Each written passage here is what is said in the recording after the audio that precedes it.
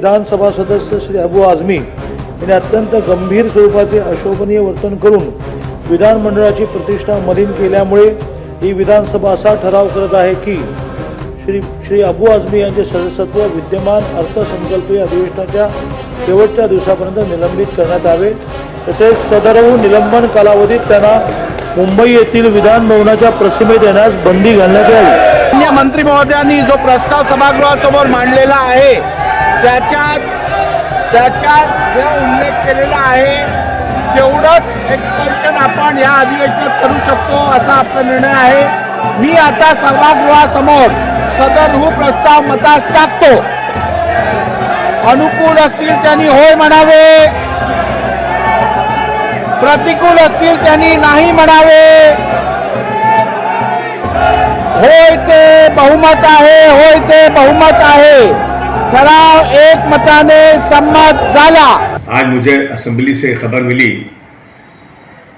कि मुझे इस बजट सेशन पूरे सेशन के लिए सस्पेंड कर दिया गया है।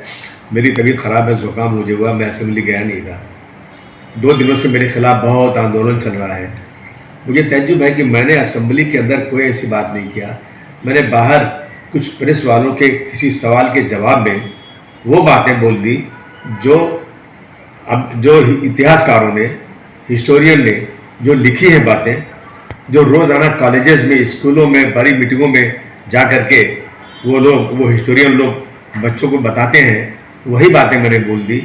तो इसके ऊपर इतना बड़ा गुनाह कि मुझे सस्पेंड किया गया। और मैंने असेंबली के सेशन चले, बजट सेशन है, कारपोरेशन इलेक्शन नहीं हुआ है, लोगों को काम रुके हुए हैं, तो मैंने यहाँ तक भी कह दिया कि भाई मैंने जो कहा बोला है मैं अपनी बातों को वापस लेता हूँ। इसलिए मैंने कोई गलत चीज़ बोला नहीं था, लेकिन फिर भी वापस लिया मैंने कि सेशन चलता रहे, इससे प्रॉब्लम नहीं हो। मैं अब जो है मैं पूछना चाहता हूँ महाराष्ट्र सरकार से कि क्या दोहरा कानून चलेगा यहाँ पर। प्रशांत कोलरकर साहब ने और राहुल शोलापुरकर साहब ने छत्रपति शिवाजी महाराज को कैसे अपमानित किया है, कि कैसे कैसे अल्फाज बोले हैं। मैं अपने मुँह से वो चीज़ें अपने उन महापुरुषों के बारे में इनके कही हुई बातों को दोहराना भी अपने की शर्मिंदगी महसूस करता हूँ, लेकिन उस पर उनको जेल नहीं, उनको कुछ नहीं हुआ। अब मैंने एक चीज़ बोला जो इतिहासकारों ने बोला था, उसके ऊपर इतना बड़ा एक्शन। देखिए, अबू आसिम का मतलब कि मेरे पीछे 5 लाख जनता है और इस जनता के कामों को लेकर असेंबली में मुझे बात करना, डेवलपमेंट की बात करना, फंड की बात करना, ये सब रह गया। आपकी बार आपने रोक दिया इसको।